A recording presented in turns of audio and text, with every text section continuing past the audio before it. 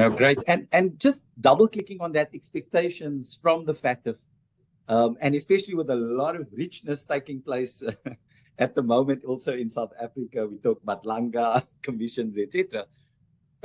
What do you think in terms of us? Is there a positive sentiment in us actually following that course to actually get removed from that grey list? What is the and just in terms of that financial institutions within a South African context, is it do we have a positive sentiment in terms of correcting all those constraints?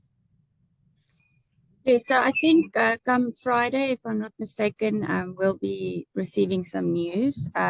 Hopefully, that would be positive news of us being removed from the grey listing. However, it's a non-stop process. I'm currently in Mauritius. I'm joining the school from Mauritius, and they were removed from the grey listing in 2021. But the work never stops. The scrutiny increases. The regulation continuously also tightens, and it's definitely not, regardless of the news we will receive coming up this week, it's definitely not going to be as an easy road going forward. It's a lot of work.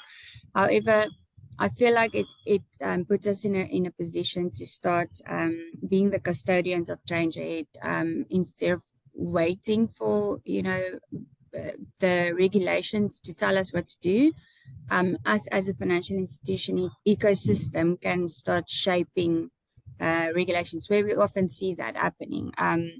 The banks and the financial institutions, and even now the non-banking sector, really do with what we implement, whether it is AI, whether it is automation and digitization, we do play a role in shaping the regulation.